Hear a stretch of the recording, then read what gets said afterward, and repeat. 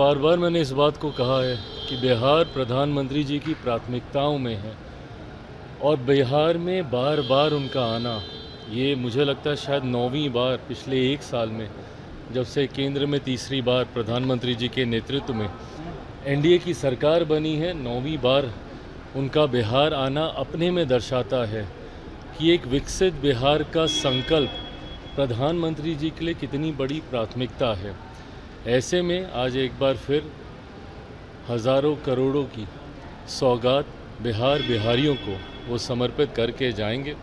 और मैं मानता हूँ कि ये प्यार बिहारियों के लिए जो प्रधानमंत्री जी के दिल में है और बिहारी जिस तरीके से प्रधानमंत्री जी को प्यार करते हैं, ये अपने में एक ऐसा जोड़ है जो बिहार को विकसित राज्य बनाने की दिशा में और ज़्यादा गति देगा। लेकिन विपक्ष कह रहा है कि झूठ बोलेंगे और कुछ देंगे नहीं, चले जाएंगे। विपक्ष और कहेगा क्या? विपक्ष इस बात से घबराया हुआ है कि क्योंकि मुद्दा तो इसी बात को ये लोग बनाना चाहते थे ना कि प्रधानमंत्री जी ने बिहार के लिए क्या किया, प्रधानमंत्री जी बिहार आते नहीं, प्रधानमंत्री जी बिहार को देखते नहीं, जब चुनाव आता है तभी बिहार आते हैं। यही बातें विपक्ष मुद्दा बनाता, पर जिस तरीके से निरंतरता में ना सिर्फ प्रधानमंत्री जी बिहार आए, ना सिर्फ प्रधानमंत्री जी ने बिहार को लाखों करोड़ों की सौगात अभी तक देने का उन्होंने काम किया, बल्कि जो योजनाओं का उन्होंने शिलान्यास किया, जिन जिन योजनाओं को, उसका शुभारंभ भी उन्हीं के हाथों हुआ है और आगे भी कई ऐसी योजनाओं की शुरुआत प्रधानमंत्री जी के द्वारा की जाएगी। तो विपक्ष के पास अब मुद्दा बचा नहीं, तो सिर्फ यही बोलेंगे कि भाई आएंगे, झूठ बोलेंगे, क्योंकि अब कोई ऐसी बात विपक्ष के हाथ में अब है नहीं जिसको वो आधार बनाकर केंद्र सरकार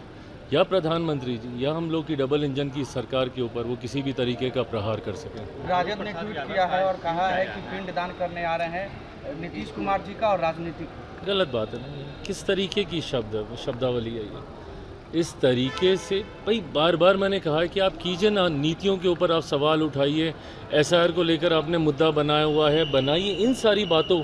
को आप बोलिए जो आपको लगती हैं कि भाई नीतिगत तरीके से गलत फैसले हैं। पर इस तरीके से कहना, पिंडदान, मुख्यमंत्री जी के बारे में इस तरीके के अपशब्दों का उपयोग करना, ये कतई उचित नहीं है, इसकी मैं निंदा करता हूँ। तेजस्वी यादव कह रहे हैं कि राहुल गांधी को पीएम बनाएंगे, जिस तरीके से जो जन समर्थन मिल रहा है। आज किस तरीके से राजद कांग्रेस के पीछे कुछ लग्गू की तरह लगी हुई है, किस तरीके से राहुल गांधी जी को ये लोग पूरे प्रदेश में घुमा रहे हैं, ये अपने में दर्शाता है ना कि भैया राजद की ताकत कितनी ज़्यादा घट चुकी है कि एक ऐसा दल जिसके लिए कहा जाता था कि शायद बिहार में अब कुछ बचा नहीं है, उस दल को साथ में ले लेकर इन लोगों को घूमना पड़ रहा है। तो ऐसे में ये बात स्पष्ट है कि राजद पूरी तरीके से अपना जनाधार खो चुकी है और अब कांग्रेस जैसा दल जिसका देश भर में जनाधार कमज़ोर हो चुका है, उसके सहारे बिहार की नैया अब ये लोग पार करना चाहते हैं। बिल को लेकर तेजस्वी यादव ने कहा है कि मुख्यमंत्री नीतीश कुमार और चंद्रबाबू नायडू जी को जेल भेजने की तैयारी में है। ये वही लोग हैं ना जो कि भ्रष्टाचार पे जब जेल जाते हैं तो परिवार के दूसरे सदस्यों को कुर्सी देते हैं। ऐसे में जब पारदर्शिता की बात आएगी, जब भ्रष्टाचार और भ्रष्टाचारियों पे कार्रवाई की बात आएगी, तो कांग्रेस, राजद जैसे दलों को सबसे ज़्यादा परेशानी होगी। क्योंकि इनका आधार ही भ्रष्टाचार रहा है। कांग्रेस का शासनकाल देख लीजिए, उसमें हुए घोटाले देख लीजिए, और राजद